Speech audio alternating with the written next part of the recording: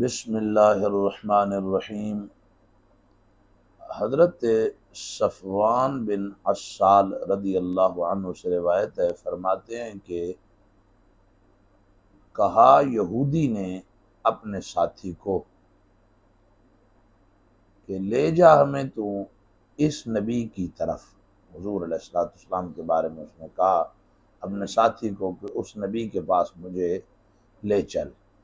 تو اس کا جو ساتھی تھا، اس ساتھی نے اس کو کہا کہ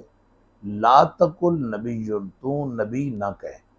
حضور علیہ الصلوۃ والسلام کے بارے میں کہا کہ تو اسے نبی نہ کہے، کہ اگر سن لیا اس نے تجھ سے جو کہا تو نے تو 4 آنکھیں لگ جائیں گی۔ یہودی ساتھی اپنے ساتھی کو کہنے لگا کہ اگر تم نے اسے یہ بات جو کہی ہے تو اگر انہوں نے سن لی تو ان کو 4 آنکھیں لگ جائیں گی۔ مطلب کیا ہے؟ مطلب یہ ہے کہ پھر وہ کہیں گے کہ دیکھو تمہارے یہودی بھی ہمیں نبی مانتے ہیں اور ہمیں رسول مانتے ہیں، تو اس لیے تو یہ بات نہ کہے۔ فَأْتِيَا، پس وہ آئے دونوں رسول اکرم صلی اللہ علیہ وسلم کے پاس، اور انہوں نے سوال کیا کہ واضح نشانیوں کے بارے میں، واضح نشانیوں کے بارے میں انہوں نے سوال کیا کہ جو واضح نشانی ہے وہ ہمیں بیان کیجئے۔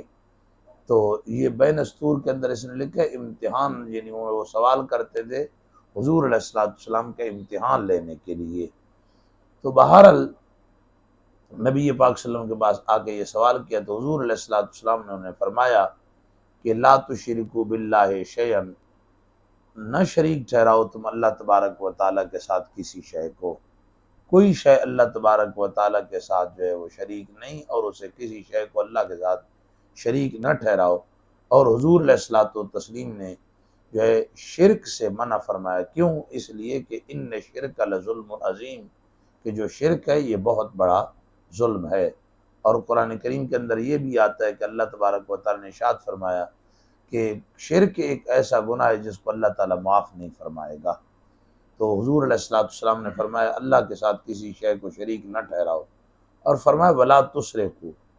اور نہ تم جو ہے وہ چوری کرو، چوری بھی نہ کرو، اور فرمایا زنا بھی نہ کرو، اور کسی جان کو ناحق قتل بھی نہ کرو، نہ قتل کرو تم کسی جان کو جس کو اللہ تعالیٰ نے حرام کیا ہے، یعنی جس جان کا قتل کرنا اللہ نے حرام کیا اس کو قتل بھی نہ کرو، الا بالحق، مگر حق کے ساتھ، یعنی جس کو قتل کرنے کا حکم دیا اس کو تو قتل کرنا ہے، لیکن جس کو قتل کرنا جائز نہیں اس کو ہرگز قتل نہیں کرنا چاہیے، کیونکہ جو قتل کرتا ہے نا کسی کو، کسی جان کو ناحق، تو اس کی وجہ سے وہ جہنم کے اندر جائے گا۔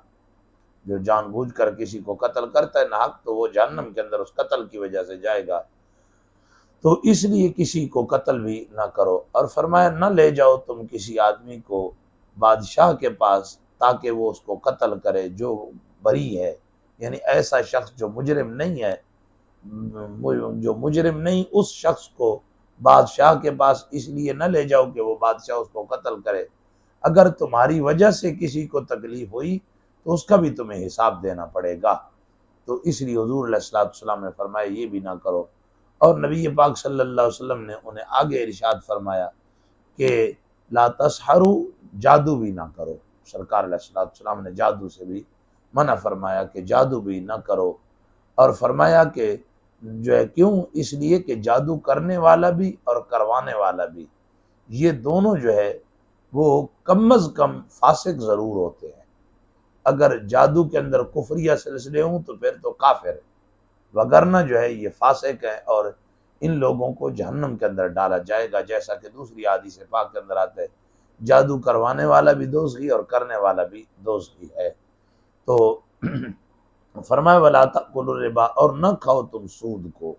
سود بھی نہ کھاؤ، کیوں؟ اس لیے کہ یہ جو سود ہوتا ہے نا، یہ سود ایک ایسی شے ہے کہ جو آدمی کھاتا ہے تو اللہ تبارک و تعالیٰ فرماتا ہے اللہ اور اس کے رسول کے ساتھ اس آدمی نے جنگ شروع کی، اللہ اور اس کے رسول کے ساتھ وہ جنگ کرتا ہے، اور سود کھانے والا، اسی لیے حضور علیہ الصلوۃ والسلام نے فرمایا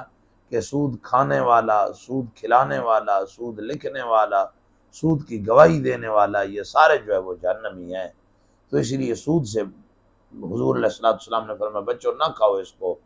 اور سرکار علیہ الصلوۃ والتسلیم نے فرمایا نہ تہمت لگاؤ پاک دامنہ عورت پر،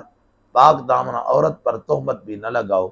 کیونکہ سرکار علیہ الصلوۃ والسلام کا فرمان ہے دوسرے مقام پہ حضور نے ارشاد فرمایا کہ اے بیت اللہ تیری بڑی عزت ہے، لیکن ایک مومن کی عزت تجھ سے زیادہ ہے، اگر کوئی مومن کی عزت کو جو ہے وہ برباد کرتا ہے تو وہ کعبے کی توہین سے بھی بڑا گناہ کرتا ہے۔ تو اس لیے کسی کے اوپر تہمت نہیں لگانی چاہیے، یعنی برائی کا الزام، جس کو جھوٹا الزام کہتے ہیں، یہ بھی ہرگز نہیں لگانا چاہیے، کیونکہ جو شخص برائی کا الزام کسی پہ تہمت لگاتا ہے ایسے شخص کی جو ہے گواہی قبول نہیں کی جاتی۔ اسلام کے اندر قرآن کریم نے منع فرمایا کہ ایسے شخص کی گواہی قبول نہ کرو، اور ارشاد فرمایا کہ نہ پھرو تم جی میدان جنگ سے پیٹھ پھیر کر، میدان جنگ سے جو ہے پیٹھ پھیر کر بھی نہ پھرو، یعنی بھاگو نہیں میدان جہاد سے، کیوں؟ اس لیے کہ یہ بھاگنا جو ہے یہ اسلام کے اوپر دھبا پیدا کرتا ہے، اور ایسا شخص جو ہے وہ کامیاب نہیں ہے، اس لیے میدان جنگ سے بھاگنا بھی نہیں چاہیے۔ اور حضور نے فرمایا علیکم خاصتاً، فرمایا کہ تمہارے اوپر خاص طور پہ یہ ہے اے یہودیو کہ لا تعتدوا فی السبت، کہ نہ تم تجاوز کرو ہفتے والے دن کے اندر، کیونکہ جو یہودی ہیں انہوں نے اللہ تعالیٰ کی بارگاہ کے اندر عرض کی کہ یا اللہ ہمارے لیے ایک دن مخصوص کر عبادت کے لیے، باقی دن ہم کام کاج کریں گے، تو ان کے لیے ہفتے کا دن پھر عبادت کے لیے مخصوص کیا گیا۔ تو اللہ تبارک و تعالیٰ نے جو ہے حضور علیہ الصلوۃ والتسلیم نے اسی بات کو فرمایا کہ وہ جو تم نے وعدہ کیا تھا نا ہفتے والے دن عبادت کرنے کا، تو اس سے بھی ہفتے والے دن تم تجاوز بھی نہ کرو، یعنی شکار وغیرہ نہ کرو، ادھر ادھر نہ کرو، بلکہ اللہ کی عبادت ہی کرو۔ جب یہ کیا نا تو آگے راوی کہتے ہیں حضرت صفوان بن عسال قال فقبل یدیہ ورجلیہ، فرمایا کہ پس چوما ان دونوں نے حضور علیہ الصلوۃ والسلام کے ہاتھوں کو اور سرکار کے پاؤں کو، حضور علیہ الصلوۃ والسلام کے ہاتھوں کو اور پاؤں کو انہوں نے چوما۔ تو اس جملے سے یہ بات ثابت ہوئی کہ نبی پاک صلی اللہ علیہ وسلم کے ہاتھ چومے گئے اور حضور کے پاؤں مبارک بھی چومے گئے۔ اگر یہ ہاتھ اور پاؤں چومنا شرک ہوتا یا حرام ہوتا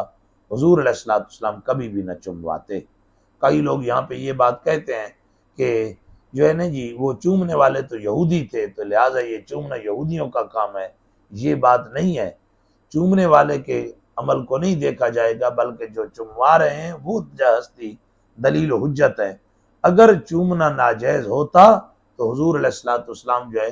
غیر مسلموں کو بھی منع کرتے تھے کہ یہ چیز جائز نہیں ہے، ایسا کام ہرگز نہیں کرنا ہے۔ نبی کی شان یہ ہے کہ وہ برائی دیکھ کر یا برا معاملہ دیکھ کر خاموش نہیں ہوتے، بلکہ اس کو واضح کرتے ہیں کہ یہ کام درست نہیں ہے، نبی کی یہ شان ہے۔ تو اس لیے جو ہے انہوں نے ہاتھ چومے حضور علیہ الصلوۃ والسلام کے، اور سرکار علیہ الصلوۃ والسلام کے پاؤں بھی چومے، اور کہا انہوں نے کہ نشہد انک نبی، ہم گواہی دیتے ہیں کہ بے شک آپ نبی ہیں، انہوں نے یہ کہا۔ تو حضور علیہ الصلوۃ والسلام نے ارشاد فرمایا ما یمنعکم، کہ کیا چیز تمہیں منع کرتی ہے، کس سے؟ ان تتبعونی، کہ تم میری اتباع کرو، میری اتباع سے تمہیں پھر کون سی شے منع کرتی ہے؟ میری نبوت کی گواہی دے رہے ہو، میرے ہاتھ اور پاؤں چوم رہے ہو اور مجھے مان رہے ہو، تو پھر جو ہے تمہیں کیوں میری اتباع سے کون سی چیز روکتی ہے؟ کیونکہ حضور علیہ الصلوۃ والتسلیم نے ارشاد فرمایا کہ اگر حضرت موسیٰ علیہ الصلوۃ والسلام بھی ہوتے تو آج وہ بھی میری ہی اتباع کرتے، ان پر بھی میری اتباع لازم تھی۔ تو کسی آدمی کو کسی اور دین کی اجازت نہیں، دین اسلام کے ہوتے ہوئے دین اسلام کو ہی ماننا ہے، ہرگز کسی اور دین کو جو ہے وہ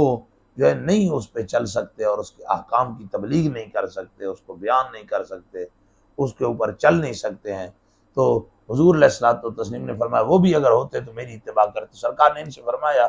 کہ ما یمنعکم ان تتبعونی، کہ کس چیز نے منع کیا تم کو یہ کہ تم میری اتباع کرو؟ تو کہا انہوں نے کہ بے شک داؤد علیہ الصلوۃ والسلام نے دعا کی اپنے رب سے